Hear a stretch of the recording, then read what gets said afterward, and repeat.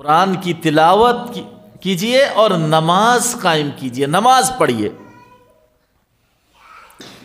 یہ نماز کا بہت بڑا مسئلہ بن گیا ہے۔ جمعہ کے علاوہ نماز ہی نہیں پڑھتے لوگ۔ پورے گاؤں میں، ایک محلے میں 2-4 افراد کے علاوہ کوئی نماز کی پابندی نہیں کرتا ہے۔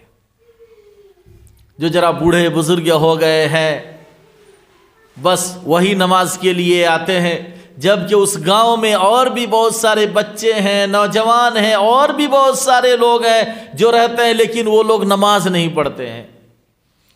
ان لوگوں کے لیے دعا کیجئے کہ اللہ تعالیٰ ان لوگوں کو بھی نماز پڑھنے کی توفیق عطا فرمائے۔ اور خاص طور پر ہماری مائیں اور بہنیں بھی یاد رکھیں کہ آپ گھر میں صحیح، لیکن جب اذان ہو جائے تو سب کام چھوڑ کر آپ نماز پڑھیے۔ نماز کی بڑی اہمیت ہے، بڑی اہمیت ہے۔ نماز نہ پڑھنے والے کی قرآن کریم کے اندر برائی بیان کی گئی ہے، ان کی خرابیاں بیان کی گئی، ان کے لیے تباہی، بربادی اور جہنم کی وعید بیان کی گئی ہے۔ سورہ مریم کے اندر حضرت اسماعیل علیہ السلام کا اللہ تعالیٰ نے ذکر کرتے ہوئے فرمایا فَخَلَفَ مِن بَعْدِهِمْ خَلْفٌ أَضَاعُوا الصَّلَاةَ وَاتَّبَعُوا الشَّهَوَاتِ فَسَوْفَ يَلْقَوْنَ غَيًّا۔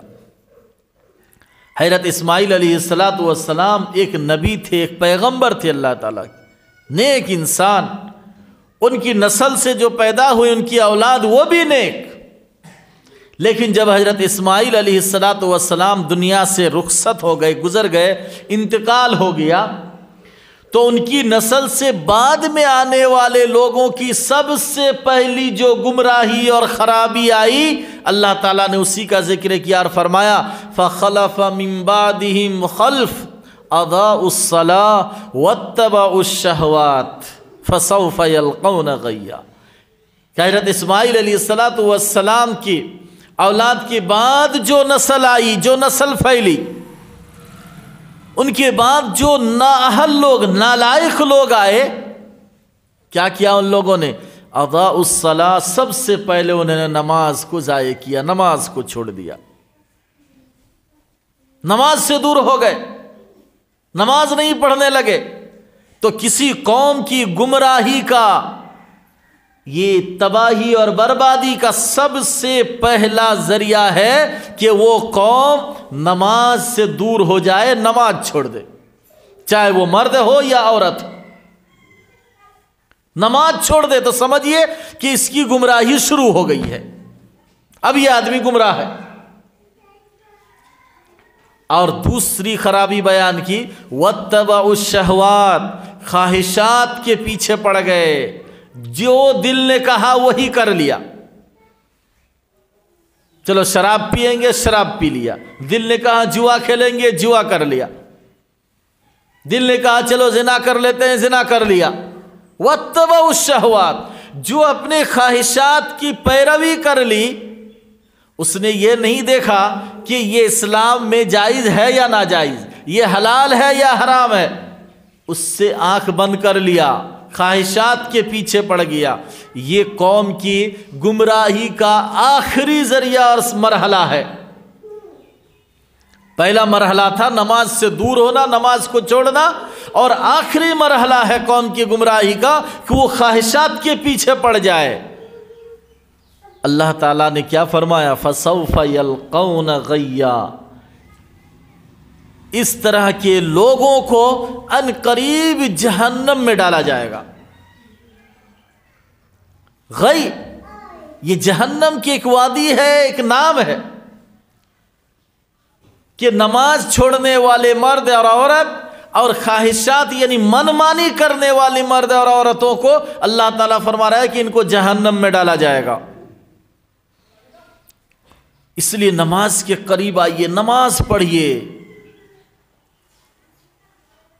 حضرت عائشہ صدیقہ رضی اللہ تعالی عنہا فرماتی ہیں اذا حزبہ امر فزع الی الصلاۃ، کہ رسول اللہ صلی اللہ علیہ وسلم کو جب کوئی پریشانی آتی، آپ پر کوئی مصیبت آتی، آپ کو کوئی ٹینشن ہوتا، آپ کو کسی چیز کی ضرورت پڑتی تو آپ فوراً فزع الی الصلاۃ، نماز کی طرف چلے جاتے، نماز میں کھڑے ہو جاتے، اور نماز کی برکت سے اللہ تعالیٰ آپ پر آئی ہوئی مصیبت کو ٹال دیتا تھا، پریشانی کو دور کر دیتا تھا اللہ تعالیٰ۔ تو نماز پڑھنے سے انسان آزمائشوں سے بچتا ہے، انسان اللہ کے عذاب سے بچتا ہے، انسان گمراہی سے بچتا ہے، انسان کے گھر میں خیر و برکت نازل ہوتی ہے۔ تو حضرت فزع الی الصلاۃ کہ اللہ کے نبی صلی اللہ علیہ وسلم پر جب کوئی پریشانی آتی تو آپ نماز کے لیے جاتے۔ آپ بیمار پڑے ہیں، ڈاکٹر کے پاس جانے سے پہلے آپ نماز پڑھ لیجئے، دعا کر لیجئے کہ پروردگار عالم میں بیمار ہو گیا ہوں، تو ہی بیماری دینے والا ہے اور تو ہی شفا بھی دینے والا ہے، اللہ میں تیری رضا کے لیے نماز پڑھ رہا ہوں، تو اس نماز کی برکت سے میری بیماری کو دور کر دے۔ کبھی کیا ہے آپ نے؟ طبیعت خراب ہوتی ہے، کوئی بیمار پڑتا ہے تو ہمارا ذہن نماز یا اللہ سے مدد مانگنے کی طرف نہیں جاتا ہے، سیدھے ڈاکٹر کی طرف۔ تو سب سے پہلے آپ نماز، آپ پر کوئی پریشانی آئی ہے، آپ نماز میں کھڑے ہو جائیے، اللہ سے دعا کیجئے کہ پروردگار عالم مجھ پر پریشانی آ گئی ہے، میں بہت پریشان حال ہوں، تو پریشانی کو دور فرما دے۔ اللہ تعالیٰ دور فرما دے۔ یہ تو اللہ کے نبی صلی اللہ علیہ وسلم کا معمول تھا، یہ آپ کا عمل تھا، اپنے امت کو سکھانے کے لیے آپ صلی اللہ علیہ وسلم ایسا کرتے تھے کہ جب آپ پر کوئی پریشانی آتی تو آپ نماز کے لیے چلے جاتے۔ تو نماز، ایک جگہ اللہ کے نبی صلی اللہ علیہ وسلم نے نماز کی اہمیت کو بیان کرتے ہوئے فرمایا، انما موضع الصلاۃ من الدین کموضع الراس من الجسد۔ کہو میرے صحابہ، دین، دھرم، اسلام کے اندر نماز کا وہی مقام ہے جو تمہارے پورے جسم میں سر کا مقام ہے، پورے جسم میں، پورے باڈی میں۔ اگر انسان کی ایک انگلی کٹ جائے تو مرے گا نہیں، بچ جائے گا، ایک ہاتھ کاٹ دیا جائے تو بچ جائے گا، ایک کان کاٹ دیا جائے تو بچ جائے گا، لیکن انسان کا اگر سر کاٹ دیا جائے بچے گا نہیں، بچتا ہے۔ تو ایسے ہی جو شخص مسلمان ہو کر نماز نہیں پڑھتا ہے تو اس کا دین، اس کا مذہب کیسا ہے؟ جیسے بے سر کا ایک دھڑ، کچھ کام نہیں کرے گا، کچھ کام نہیں کرے گا۔ تو نماز کی اہمیت اور اس کی فضیلت کو سمجھیے، بوجھ سمجھ کر نہیں، بلکہ یہ خوشی سے نماز پڑھیے کہ اس عمل سے اللہ تعالیٰ خوش ہوگا اور اللہ تعالیٰ ہمیں صحیح تندرست رکھے گا، خیر و برکت سے نوازے گا اللہ تعالیٰ۔ آگے اللہ تعالیٰ اور فرما رہا ہے، ان الصلاۃ تنہی عن الفحشاء والمنکر، کہ نماز انسان کو بے حیائی اور برائی سے روک دیتی ہے، بے حیائی اور برائی سے روک دیتی ہے۔ جو نمازی ہوگا وہ غلط کام نہیں کرے گا، جو نمازی ہوگا وہ جھوٹ نہیں بولے گا، جو نمازی ہوگا وہ زنا نہیں کرے گا، جو نمازی ہوگا وہ شراب نہیں پیے گا، وہ جوا نہیں کھیلے گا، جو عورت نماز پڑھے گی وہ لڑائی جھگڑا نہیں کرے گی، جو نماز پڑھے گی وہ پردے میں رہے گی۔ یہی تو ہے، ان الصلاۃ تنہی عن الفحشاء والمنکر، بے حیائی اور برائی سے انسان کو نماز بچا لیتی ہے، روک دیتی ہے۔ اس سلسلے میں ایک حدیث میں سنا رہا ہوں، ایک شخص سے جس کا نام تھا ابو مرثد الغنوی رضی اللہ تعالیٰ عنہ، یہ ابھی اسلام قبول نہیں کیے تھے، مسلمان نہیں ہوئے تھے، یہ کافر تھے، کافر تھے۔ ایک دن اس کے دل میں خیال آیا کہ نہ، مجھے اللہ کے نبی کے پاس جا کر اسلام قبول کر لینا چاہیے۔ وہ شخص اللہ کے نبی صلی اللہ علیہ وسلم کی خدمت میں حاضر ہو گیا اور آ کر کہنے لگا کہ اللہ کے نبی میں مسلمان ہونا چاہتا ہوں۔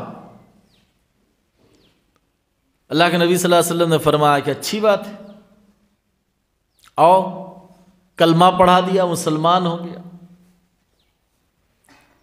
بیٹھا رہا، نماز کا وقت ہو گیا، آپ کے پیچھے اس نے نماز بھی پڑھ لی، نماز پڑھ لی۔ اب نماز کے بعد جب سب اٹھ کر جانے لگے تو وہ صحابی، وہ شخص ابو مرثد الغنوی رضی اللہ تعالیٰ عنہ اللہ کے نبی سے قریب آ کر بیٹھے اور کہنے لگے کہ اللہ کے نبی مجھے کوئی کام دیجئے۔ اللہ کے نبی صلی اللہ علیہ وسلم نے فرمایا کہ اسلام لانے سے پہلے تو کیا کام کرتا تھا؟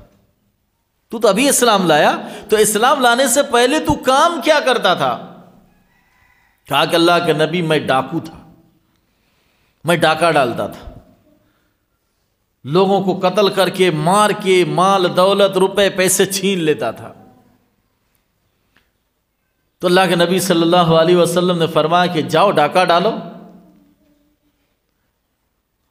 اس صحابی نے کہا کہ نہیں اللہ کے نبی، میں ڈاکہ نہیں ڈالوں گا، وہ تو اسلام میں حرام ہے۔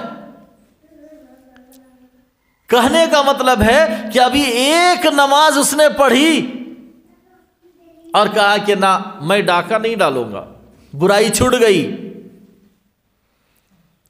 اللہ کے نبی صلی اللہ علیہ وسلم نے فرمایا کہ میں تمہیں ڈاکہ ڈالنے کے لیے نہیں کہہ رہا ہوں، میرا کہنے کا مقصد ہے کہ تمہارا ایک ساتھی، تمہارا ایک بھائی مسلمان مکہ میں قید ہے، کافروں نے ان کو جیل میں بند کر کے رکھا ہے، جاؤ تم اپنی بہادری دکھاؤ اور اس کو چھڑا کر لاؤ۔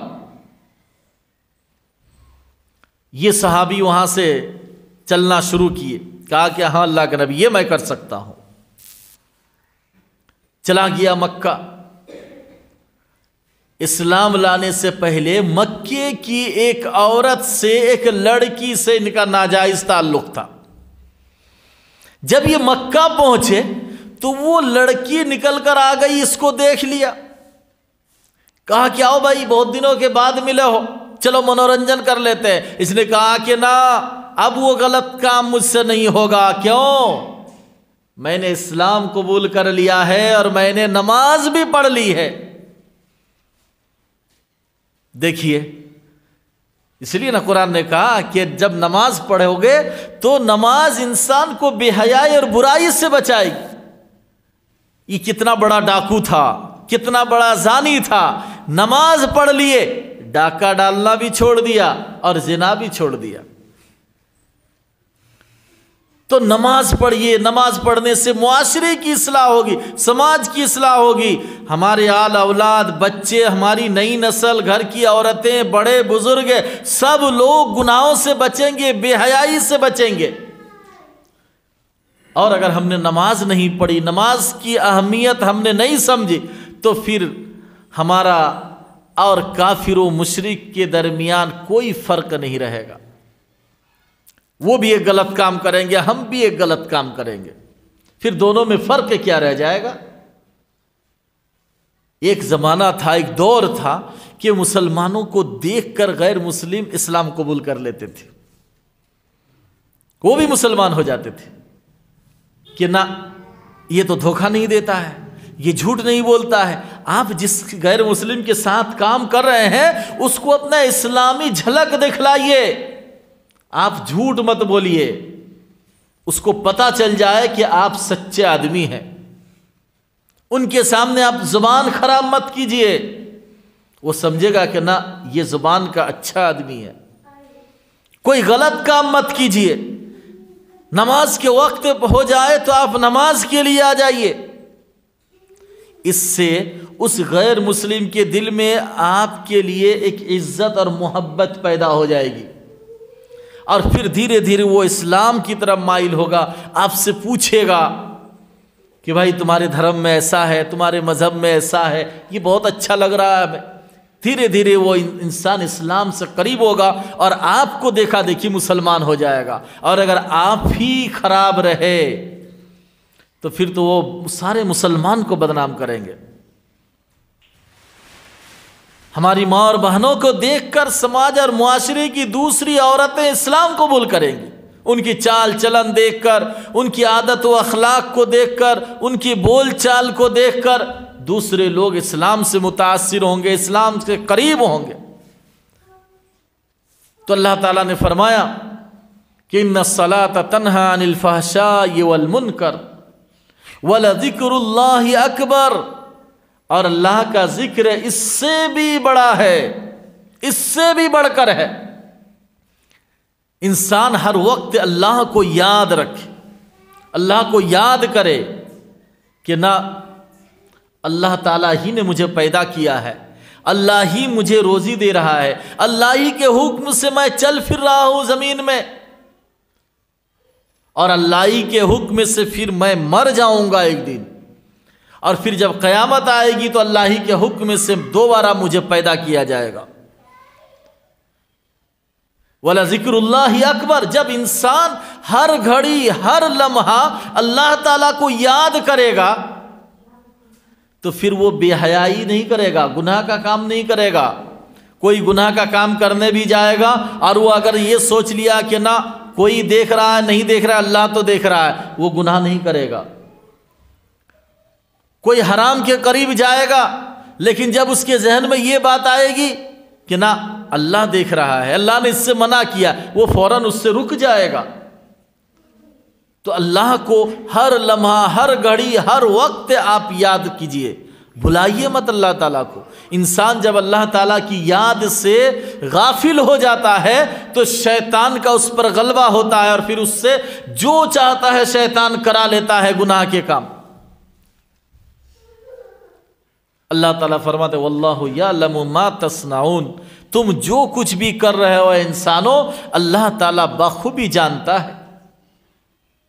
لہذا ایک مسلمان کو مسلمان بن کر رہنا ہوگا، اور ہم مسلمان ہیں جیسے ہم نے شروع ہی میں کہہ دیا تو ہمارے اور غیر مسلموں کے درمیان بہت فرق ہونا چاہیے. ہماری بول چال میں، ہمارے عادت و اطوار میں، ہمارے اخلاق میں، ہمارے کیریکٹر میں، ہمارے چال چلن اٹھنے بیٹھنے، ہر چیز سے اسلام کی جھلک نظر آئے. اللہ تعالی ہم سبوں کو کہنے سننے سے زیادہ عمل کرنے کی توفیق عطا فرمائے. آمین. وما علینا الا البلاغ. کسی کو کچھ پوچھنا ہے تو